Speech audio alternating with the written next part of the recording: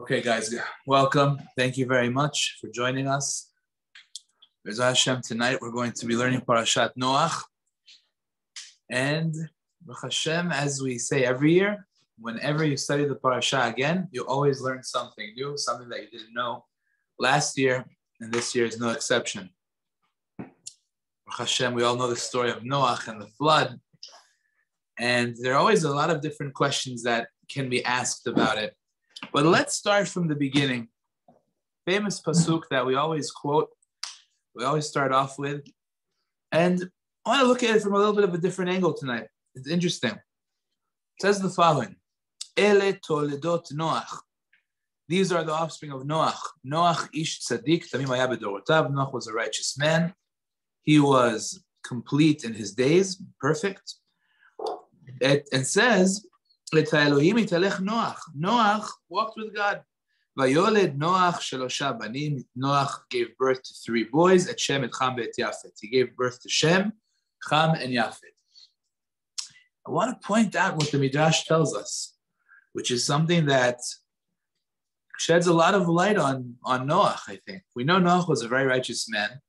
It says that he wasn't participating in the activities that the members of his generation were doing, right? They were committing very immoral acts. They were stealing. They were having relations with people who were not their partners. It was a very, very severe type of behavior. Noach stayed far away from all of that. He was righteous. He was pure. His kids also? Huh? Right, so his kids as well. But this is really something very interesting. Take a look at this. The Midrash tells us, and this is something that I'm really paying attention to for the first time. The Midrash tells us that Noach had his children only after age 500. I want to repeat. He had his children after he was 500 years old. Now, you know the life expectancy was much bigger at the time. Noach lived till 950. Not bad, right? 950 years is not bad. Amazing. But think of it this way. Everybody else in his generation was having children at year 100.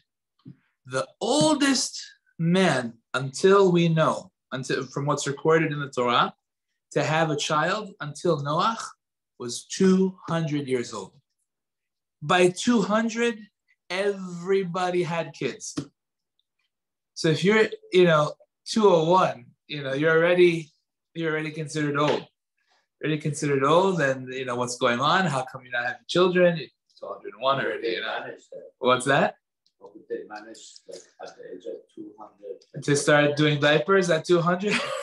I hear the question, but you have to understand it sheds a lot of light on who this man was.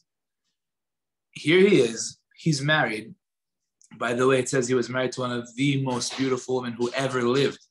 There's a story later in the story that's brought down one of the Mefarshim about a great tzaddik. His name was Rav Matya ben Charash. And Rav Matya ben Charash was a perfectly righteous tzaddik. It's brought down that the Yetzer Hara wanted to tempt him, wanted to seduce him because he was such a holy man. And it appeared to him like Naamah, the wife of Noach, right? Naamah was the wife of Noach, and it says that Naamah was the sister of Tuval Cain. She was considered to be the most beautiful woman on the planet. Just 1 second. at that time. 1 second. At the time, yes. Sorry. Yes. So again, very interesting. The idea that Noach was well beyond his years as far as it came to having children. Now think of it this way. Think of how hard that would be. Imagine you see the whole world around you. They're all doing terrible, terrible things. Terrible, terrible things. They're stealing. They're doing the most immoral acts. And here you are, the one man against the world. You're the one soldier of God on earth. And you're the only guy that doesn't have kids. Yeah, you know, it's kind of like ironic. You know, so it says over here right away, you should know. Eventually, Hashem sent him Shem, Cham, and Yefet. He had 3 sons, but it took some time. You needed to have a lot of emunah for that. You know what I'm saying? You need to have a lot of trust and faith in Hashem. Was he married and he didn't have kids? Or Correct. Married, no kids. Okay. Married, no children. Married to Naamah. What was his occupation? I don't know exactly how he made a living, but he was a carpenter. Right? I hear. But it sheds a lot of light on who he was. Now the Midrash asks the question. Now first, you know what? Let's take a look at this whole Midrash. Very interesting Midrash. The Midrash says the following. We say every Shabbat, we say Mizmor Shir Shabbat, and over there towards the end it says Shetulim Devet Hashem Bechatzrot Elokenu Yafrichu. Right? So that means that Shetulim, that they are planted in the house of Hashem. Welcome. Shetulim bevet Hashem, planted in the house of Hashem. Bechatzrot Elokenu, in the courtyard of Hashem, they flourish. Od yenuvun beseva, they are fruitful. They are further fruitful when they are older. Thank you. Deshenim v'rananim yihu, they are vigorous and fresh. They will be. What does this mean? Says the Midrash. Who was planted in the house of Hashem? In this particular case, what was the house of Hashem? It was the Teva. It was the Ark of Noah, right? The Teva of Noah. That's the house of Hashem. Because Hashem said, build this thing. So he did.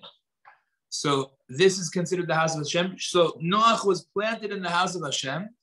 And Bechatzot Elokenu Yafrichu, Od Yenuvun Beseva, he was fruitful even at the age of 500. Now here's something which is even further. This is my own calculation. Tell me what you think about it. This is also kind of interesting. The Torah tells us that Noah was 600 when the flood was happening. Okay?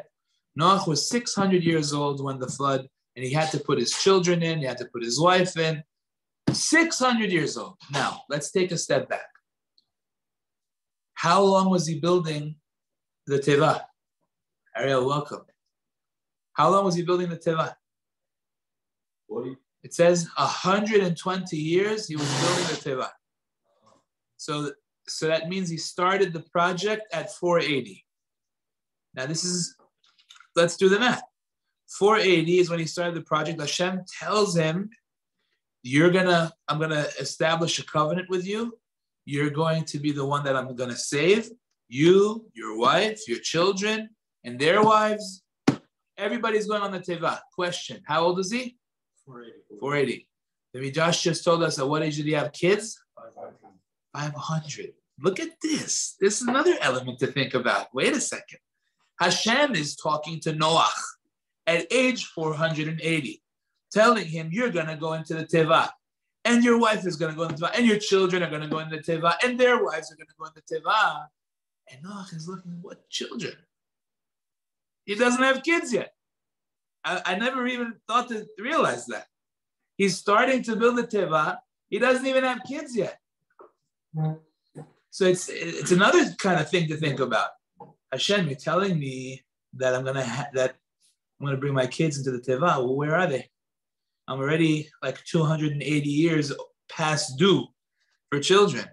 So it's amazing. He's thinking the whole time, look what happened. He was stuck with it. He stuck with his wife. He continued to try and have children. Didn't happen.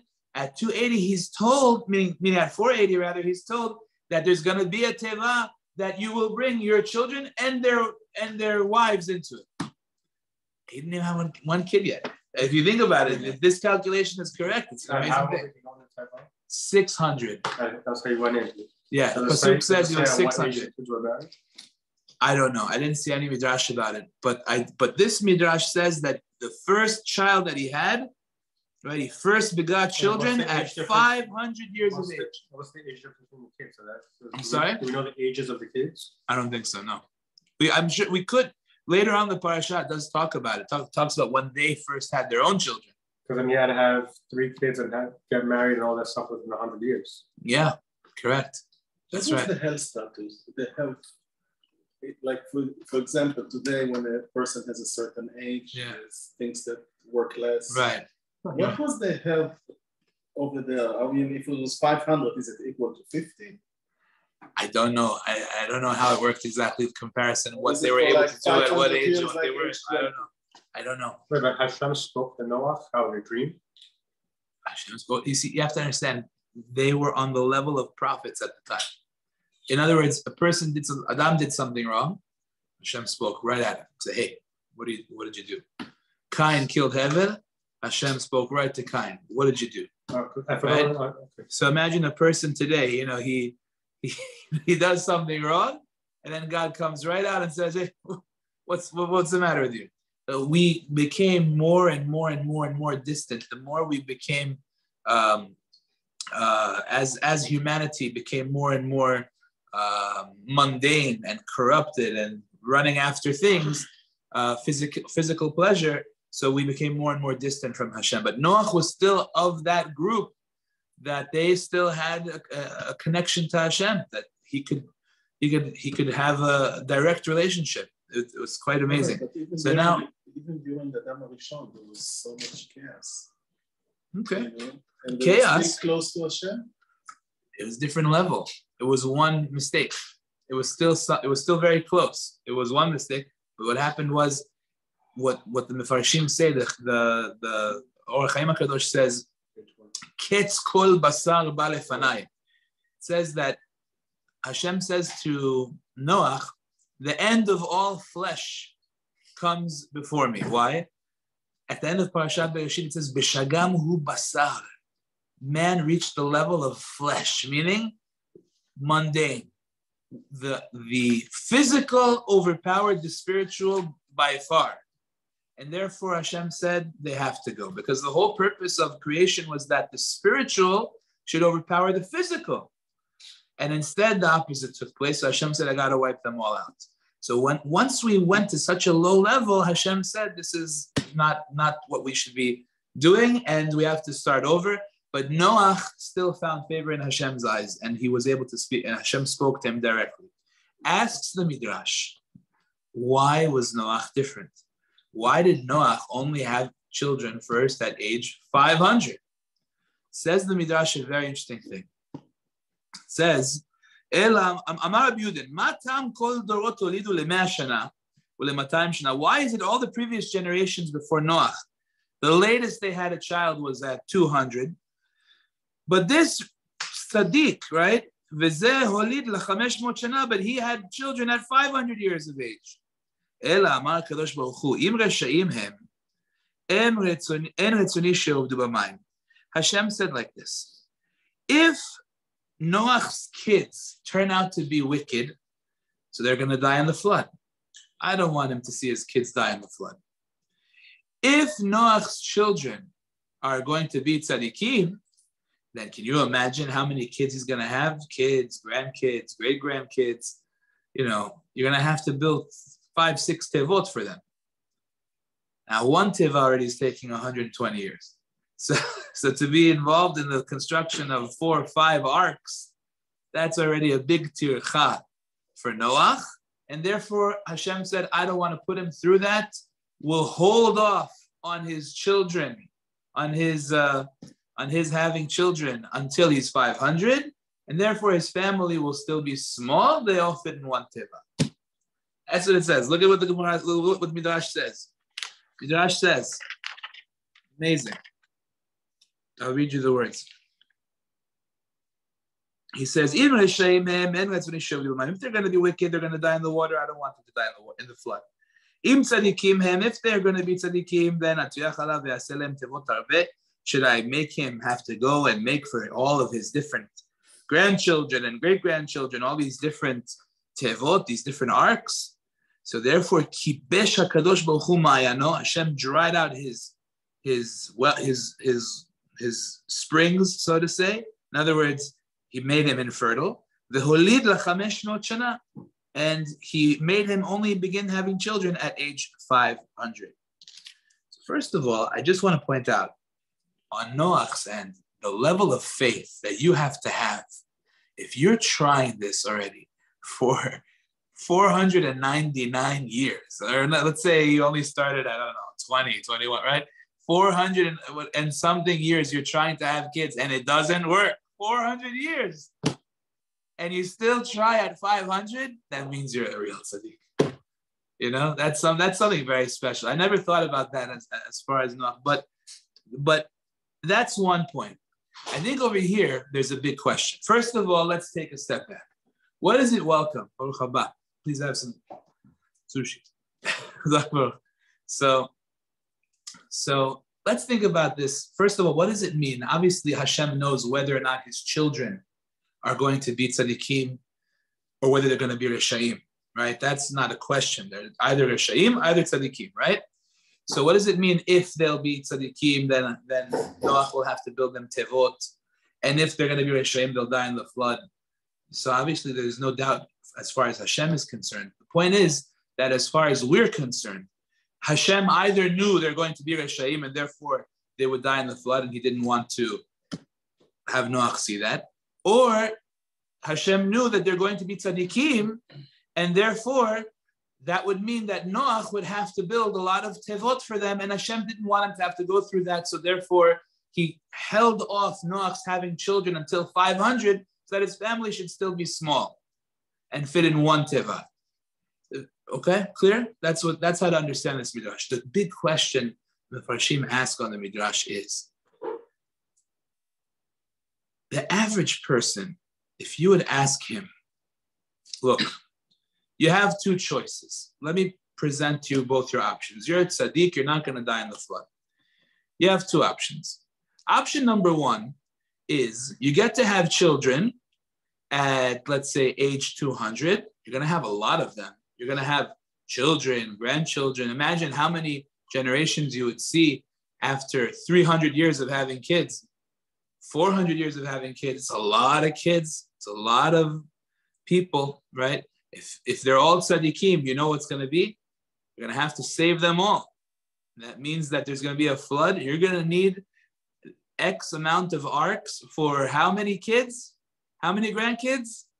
You're looking at maybe a fleet of 20 or 30 arks that you need, let's say, right? So option number one, let me just present the options. Option number one, Hashem says, Noach, you have option number one, I let you have children now, and you're going to have to figure out what to do when the flood comes.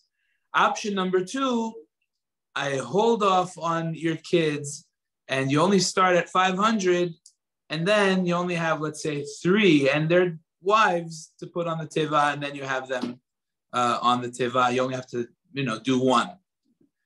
What would the average guy pick? What do you think the average guy would pick? To have kids early. You know what kind of suffering a person goes through when he doesn't have kids? Hashem yishmor. It's horrible. He's trying 100 years, 200 years, 300, he's trying, and there's not one kid. You know what kind of suffering that's going through? Right? So it's an interesting thing to think about. So Hashem says, so you're not going to have kids. Why? Because I'm going to save you the suffering of the boat. I think the average person would say, Hashem, give me the kids, give me the grandkids. When the time comes with that boat, we'll figure out the boat, right? We'll figure it out. Maybe the kids themselves will be, they'll be adults. They'll build the boat. Let them build a boat. You know what I'm saying? It's an interesting thing the Midrash is saying, right? Okay. So so I saw a beautiful answer to this question from Rav Chaim Shmulevitz, Zecher Tzadik Livracha. And he says, it's not like what it seems. There's a very special talent needed to build an ark. And he explains it with a beautiful example.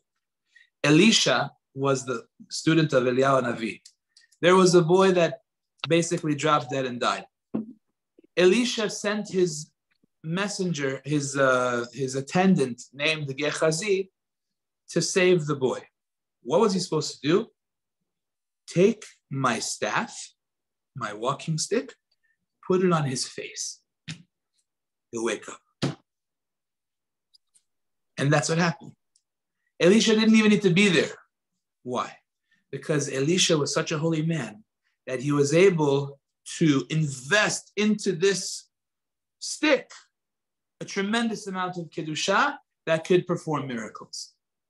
That's what tzaddikim are able to do. There was another person named Nicanor. Nicanor went to Egypt, to Alexandria, to get copper doors for the Bet HaMikdash. He wanted to get beautiful copper doors to the Bet HaMikdash, but they had a crazy storm on the boat on the way back, and they thought the ship was going to take on water. So they took one of those huge copper doors and they threw it overboard. And Nicanor saw that still things weren't working out. They were about to take the second door and also throw it overboard. Nicanor said, if you throw this thing overboard, you're going to throw me overboard. In other words, I'm going with it. Don't do it. And miraculously at that moment, the winds and the ship was able to continue going. They reached Israel and they saw miraculously behind them was the other door. It followed them all the way there. The idea is when a person is moser nefesh for Hashem, he's able to put a tremendous kedusha into a physical item. The idea of Noach and the Teva was not that Noach built a physical ship and that's it. Says Rav Chaim Shmulevitz, Noach built the ship, he built the ark, but when he built it himself, he was able to infuse it with the holiness that was able to help it survive. Noach's children didn't have that. His kids or his grandkids wouldn't necessarily have that. And therefore the act of building was needed to be done by Noach himself. That's what I'm trying to explain over here. So therefore, it explains Rav Chaim Shmulevitz that you couldn't rely on them to do it. It needed to be him himself, that he would put that kedusha into the ark.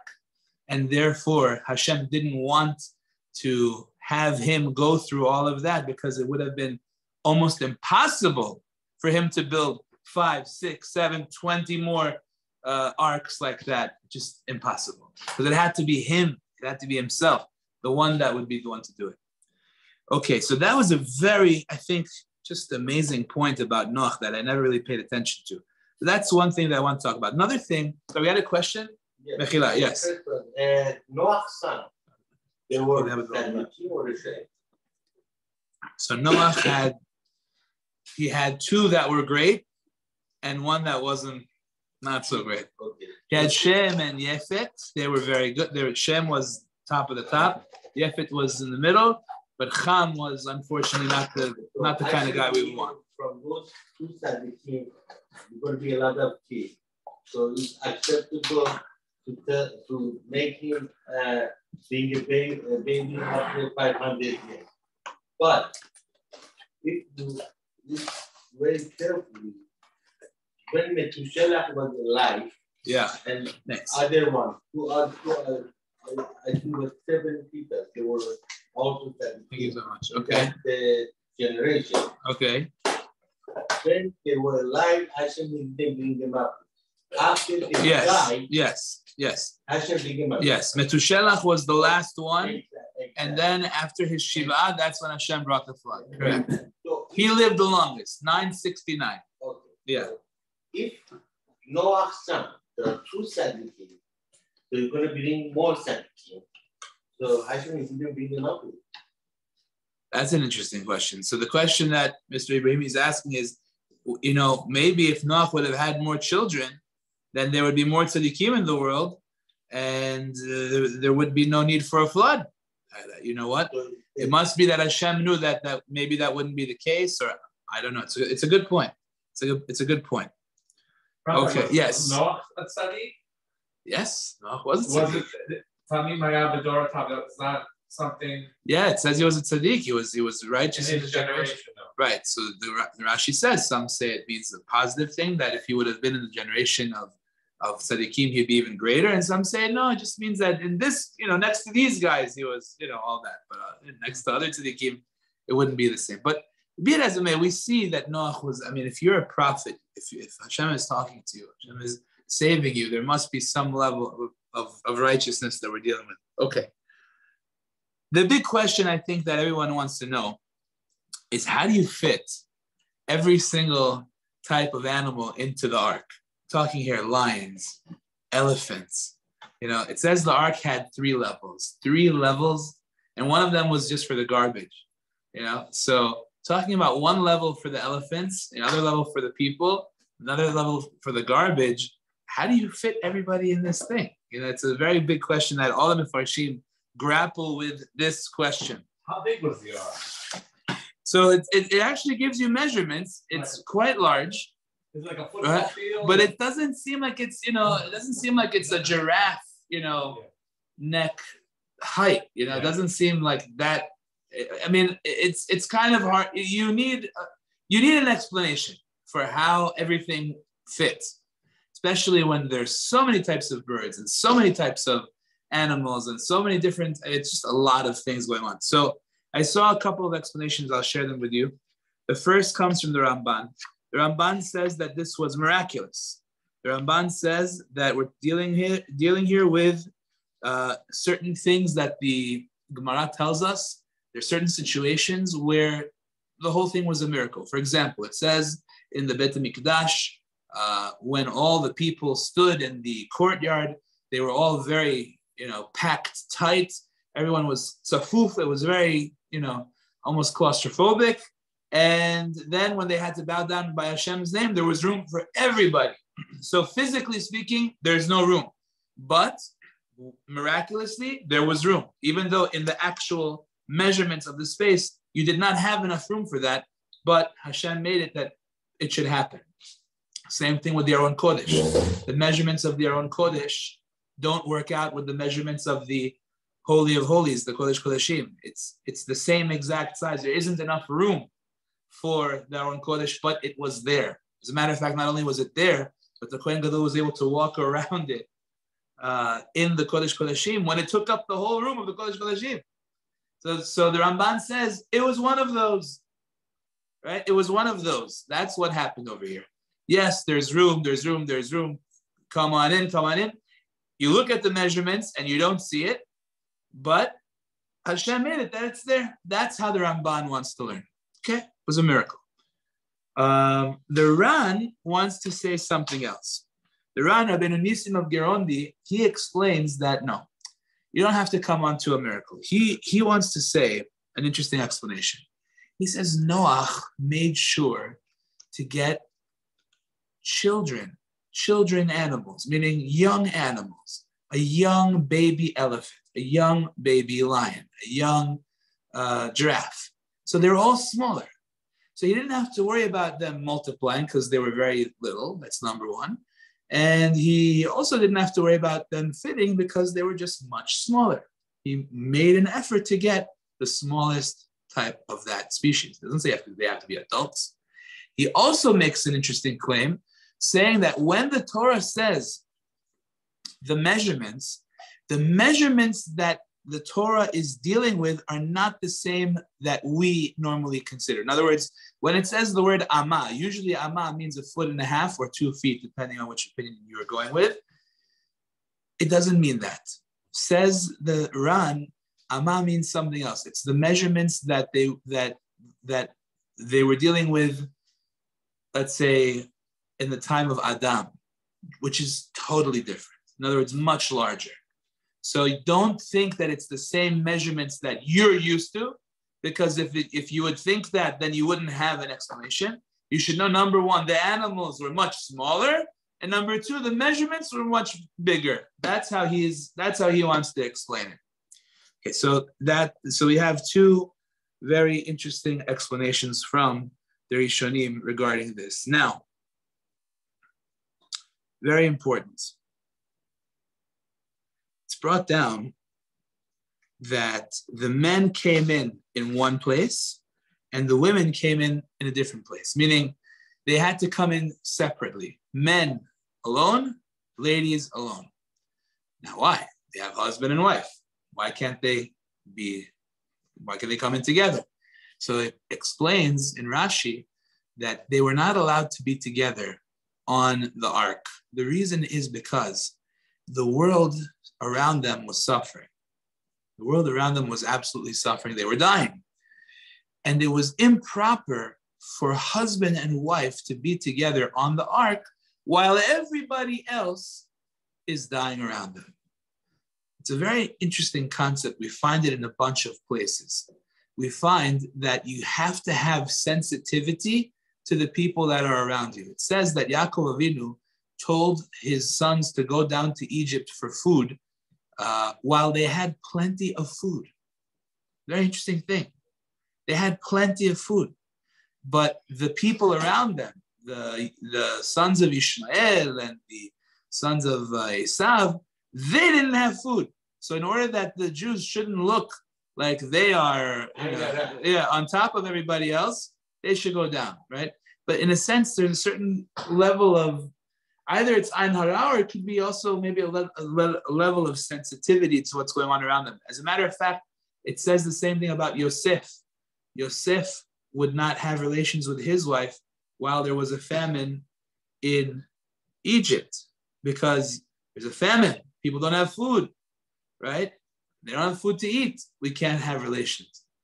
Halacha literally says that, by the way, in Shulchan Aruch. It says in Shulchan Aruch that when there's a time of distress, time of suffering, it's not appropriate for a husband and wife to have what? Goyim? I don't know, goyim.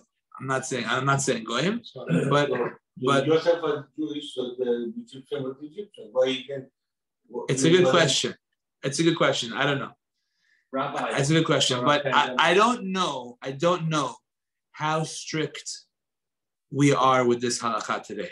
The reason is because there's a strong Yetzirah. People have a hard time, doing that, and it might lead them to do other things which are wrong. So, I'm not saying that people need to be strict. I'm just trying to bring out a concept that there's a certain level of sensitivity that we're supposed to have to our surroundings. Like, I remember hearing a story about one rabbi in the time in America while the Holocaust was going on in Israel. And I think it was his daughter or his wife that wanted to paint the house on the inside to do the walls. And he said to them, I can't paint the house right now. While whatever's going on in Europe to our brothers and sisters in the concentration camps, I can't sit here and paint my house. I just can't. A certain level of sensitivity that we have to kind of develop in ourselves where, something happens in Klal Yisrael, it needs to have an effect on us. Sorry, somebody had a question? Yeah, I just had a comment. Yeah. When Paro was throwing the newborn babies, the sons, into the Nile River, didn't Amram make it? They didn't have kids for 3 months. Right. Then didn't he say that that's wrong? So Miriam chastised him. He said, "What are you doing? You can't do that." He agreed. Yes, because his decree was worse than Paro. Paro decreed on the boys only, and his decree stopped boys and girls from coming. Right? But it was a time of tragedy, wasn't it? Yeah, but it was a necessary thing to procreate, to keep the Jewish people alive. So that was because they were being threatened. That's a good point. Okay, I want to share with you something else that I saw, which I think is very important to talk about as well. It says an interesting thing. If you read the Pasuk, Perek Zayin, Pasuk Yud Gimel, it says over here something that I would never have paid attention to if I wasn't learning this week. It says over here, the Jewish people, the Noach, Vayavo Noach ubanav, Noach and his sons, Veishto, and his wife, Unishe banav, and the wives of his sons, they went in, ito with him, El hateva mipnei mei hamavul. They went in because of the flood. By the way, Rashi tells us that Noach believed and didn't believe that the flood was coming. He was miktanei amana. He was a man of little faith. What do you mean little faith? It says he only went in when the water came up to here. He didn't believe the flood is coming. What does that mean? So again, Rav Chaim Shmulevitz says beautifully, he had so much faith in Hashem's mercy that Hashem pushed it off 120 years for everyone to do teshuvah.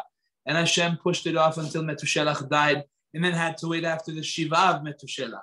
And then even when it started raining, Hashem said, let it rain little droplets so that it should come down little by little by little, so that if they do teshuvah, it should be rain of blessing for the land.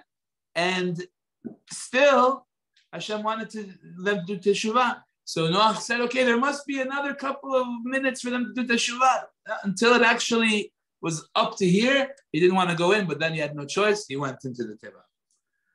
Says the pasuk, very important. Look at these words now. Never really paid attention to this. It says, Be'etzem hayom hazeh, ba Noach v'shem v'cham v'yefet b'nei Noach v'eshet Noach v'shloshet mishebanav itam el hateva. Listen to the words. Be'etzem hayom hazeh, on that very day. It doesn't say Bayom hazeh, on that day. It says Be'etzem hayom hazeh, on that very day. What does that mean, on that very day? Says the Siror Hamor, one of the very early Mefarshim. Be'etzem hayom hazeh means the following. Itzumo shel yom, which means the day that it's referring to is the day. Daytime means when there's sunlight. Otzma means when there's a very strong sunlight, when it's the most powerful. Explains the Tzoror Hamor, this refers to Wednesday. The reason that it refers to Wednesday, Wednesday was the day, sorry guys, Wednesday is the day that Hashem put the sun and the moon in the sky, right? So Hashem put the sun and the moon in the heavens. Because of that, that's when the sun and the moon is the strongest. Okay, very interesting. So the sun is strongest on Wednesday. Says the Tzorah Hamor, from here the rabbis took a very interesting halacha out of this story, that Noach and his family went in on Wednesday. Says the Tzorah Hamor, there's a halacha, it comes up in the Gemara Masechet Shabbat Daf Yutet. It says, En mafligin basfina pachot mishlosha yamim kodem haShabbat. You're not allowed to go onto a boat. If you plan on going on a boat trip, let's say a 6-week boat ride from, Israel to New York, right? You're traveling by boat for 6 weeks. You're not allowed to go onto the boat past Wednesday. Can't go on Thursday, can't go on Friday. Now, why not? So the Mefarshim explain, the Rif explains, the different explanations to it. One explanation is that it takes the body 3 days to get used to being at sea. Because the first couple of days you get seasick. You might be throwing up, you might be back and forth. It takes you 3 days to get used to being on the boat. Okay? Now, who cares? Let it go on Friday and it'll take you 3 days also. The answer is, but there's Shabbat in there. Okay? Shabbat, we don't want you being sick. We want you to have Onik Shabbat. We want you to enjoy the Shabbat, to have an enjoyable Shabbat, right? So, says the Tzorah Hamor, from here, from the fact that Noach and his family entered the Teva, Be'etzem hayom hazeh, which means on the strongest day of the sunlight, which is Wednesday, Chazal deduced that it must be because Noach shouldn't be going on Thursday because that would kill his Shabbat. Okay? So from here, Rabotai, it's important you see a concept. Don't do things that will ruin your Shabbat. Okay? If you have some kind of, let's say somebody says to you, they have to go through a surgery, and you can schedule that surgery. Don't schedule the surgery for Thursday or Friday. Right? It takes time to get out of it. Better to schedule the surgery for Sunday, Monday. Hopefully by Shabbat, you'll be feeling much better. You'll have an enjoyable Shabbat. Don't do something that's going to kill your Shabbat. Very important to be aware of this concept. But it comes up in a lot of areas as well. Don't do things that kill your Shabbat. If you sense a fight is going to break out between you and somebody at home, let's say, you know that there's going to be a big fight about this, and that. Or your wife is under pressure and she's having a hard time, and she's about to explode because of this and that, all kinds of yelling and all kinds of screaming and whatever. Let's say, right? Okay? So then make sure that you don't let that happen on Shabbat. It says, Lo teva'aru esh b'chol moshlotechem b'yom HaShabbat. Don't let any fire burn on Shabbat. That's the fire of machloket. We don't want that to happen on Shabbat. Make your Shabbat enjoyable. Make your Shabbat honorable. It's brought down in Shulchan Aruch that a person is 100% allowed to think about his business on Shabbat. You're allowed. You are 1,000,000%. Brought down that it says, V'daber davar, you're not supposed to speak about your business, but speaking is a problem. Hirur, thinking is not a problem. You're allowed to think about your business on Shabbat. But the Shulchan Aruch says like this, Siman Shin Vav Siv Chet. Umikol makom, however, mishum oneg Shabbat, in order to have an enjoyable Shabbat, mitzvah shelo yachshov beim klal. Don't think about it. It's a mitzvah for you not to think about your work at all. And therefore, yeheh be'enav, it should be in your eyes, ki'ilu kol melachto asuya, as if everything that you need to do is already done. In other words, make your Shabbat enjoyable.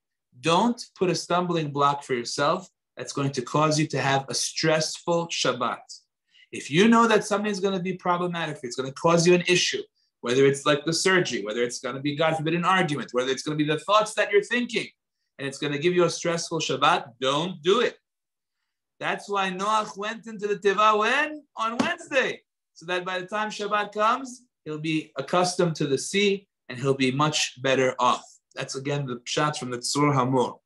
When a person does these types of things, when you clear the way in order to have an honorable, enjoyable Shabbat, so then Hashem blesses you. When you give kavod, you give honor to the Shabbat, to make it enjoyable, Hashem blesses you. Do you all know the story of Yosef Mokir Shabbat?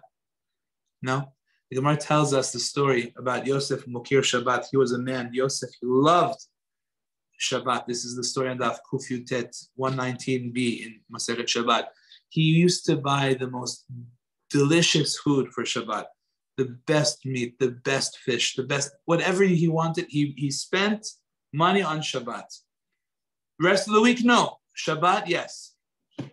In order to give honor to the Shabbat. There was a particular very wealthy man.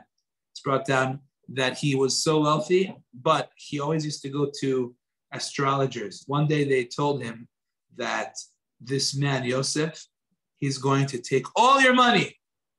Every last penny that you have, he's going to take it all. So he wasn't happy about that. And he didn't even know who the guy was. But he believed what they had to say. So he went and he sold. There's something about the fish or something? Yeah, you're on target, right. He went and he sold everything that he had, and he purchased a very beautiful and very expensive ruby. Maybe it was a diamond of some sort, but something that was worth a tremendous amount of money, and it was worth everything that he had. And he put it on his head underneath his hat, and he would walk around with this ruby on his. He said, nobody's going to touch me now. Nobody will ever hold me up because it's in my hat. They wouldn't think that I have anything in my hat, and I don't look like anything special. I'm good. Okay, fine. He was walking by the pier one day, and a huge gust of wind blew his hat off his head, and there goes the ruby, right? It's a very expensive, probably millions of dollars, and it's in the ocean. He lost all his wealth. Surely enough, a huge fish went and saw it and swallowed it up in the water. A fisherman then caught this huge fish and brought it to the market. It was so big and it was so huge that it was so expensive and nobody was willing to buy it. And the people were going to lose their money. You know, they invested a lot of money in this fish. They bought it, and everyone was saying, well, what do we do with this fish? We can't sell it. And then somebody smart said, no, I have just the customer for you. Yosef Mokir Shabbat. He's going to come and he's going to buy this. I know him. He buys everything. He spends a tremendous amount of money for Shabbat in honor of Shabbat. Bring him, he'll buy it. He came, and surely enough, he bought the fish. He opens up the fish to prepare it for Shabbat, and there he finds this beautiful ruby. Remember, guys, Shabbat, when you give honor to Shabbat, it's the source of all blessings. You should know Shabbat is alive. It's a living thing. A living thing. What do we say? right? Boy kala, Shabbat malketa. It's the Shabbat queen. It's a living thing. Halacha l'maaseh, it's a living thing. What do I mean? On a weeknight, when you make a sheva berachot for a chatan and kala, the halacha says you need to have two, at least by the Sfaradim, you need to have two new guests who are not present by the meal of the wedding. You have to have two new guests. If you don't have two new guests, you cannot say sheva berachot. By the way, it's important for all of you guys to know this. Whenever you want to make a sheva berachot for someone, you must make sure that you have two guests that were not at the meal of the wedding. Panim chadashot. If you don't have panim chadashot, it's a beautiful party, but you will not be saying sheva berachot. Why? You'll be saying 3 berachot. What? Why is that? Because that's the Chazal said that when you have two new people, then the chatan and kala are very happy with the new guests that came to make them happy. And unless you don't, if it's all the same people, so it's not that added level of happiness. Now, what happens if it's Shabbat and you're making a sheva berachot? You don't need panim chadashot. Why? Because Shabbat is panim chadashot. It's like a person, it's a living thing. When we say zimun on Shabbat and we're doing Birkat Hamazon, we say, right, Birshut, Maranana, Banat, Birshut, Shabbat Malketa. We ask permission from Shabbat that we want to say the zimun right now. Right? We treat it like a living thing. There's a story with the Ibn Ezra. The Ibn Ezra was dreaming one night. All of a sudden, he hears a voice. He said, the voice says to the Ibn Ezra, I am Shabbat Kodesh. I am the fourth of the 10 commandments. And I am the most beloved prize of Hashem. And I cannot believe what you did. And he says, what's going on? He says, your students came to your house and they brought a book that has a commentary of the Torah in that book. And in that commentary, it says that Shabbat starts Saturday morning and ends Sunday morning. Because the Torah follows the day, the night follows the day. That's how that book explains when Shabbat begins and ends, which would mean that if you follow that commentary, then Friday night you can go do what everyone. Shabbat didn't start yet; it starts in the morning, which would have everyone desecrating Shabbat. And he was so startled he couldn't believe it. He looks around the books that his students dropped off. He opens it up and he finds that exact commentary in one of those books, and he writes a whole long, lengthy letter about how that commentary is wrong, and he called it Igeret HaShabbat. And he sent it out everywhere that everyone should know that this rabbi who wrote that, he's totally off. Shabbat starts Friday night and ends Motzei Shabbat Saturday night. And he had to dismantle that commentary. But the Shabbat came to speak to the Ibn Ezra. You know, it's a living thing. So therefore, Noach didn't go in on Thursday or Friday to the Teva. He went in on Wednesday because Wednesday is still early enough that he's able to get accustomed. He has Wednesday, he has Thursday, he has Friday. He's got 3 days before Shabbat. And that way he's able to make sure that he's going to have an enjoyable Shabbat. It's important to realize the more you make Shabbat special and holy, the more you embrace it, the more you are passionate about Shabbat, the more beracha you get from the Shabbat. That's the way it works. We'll stop over here, guys. Chazakim U'Ruchim. Thank you, guys. Chazak U'Baruch, guys. Thank you, Rabbi. Thank you for joining us on Zoom, everybody.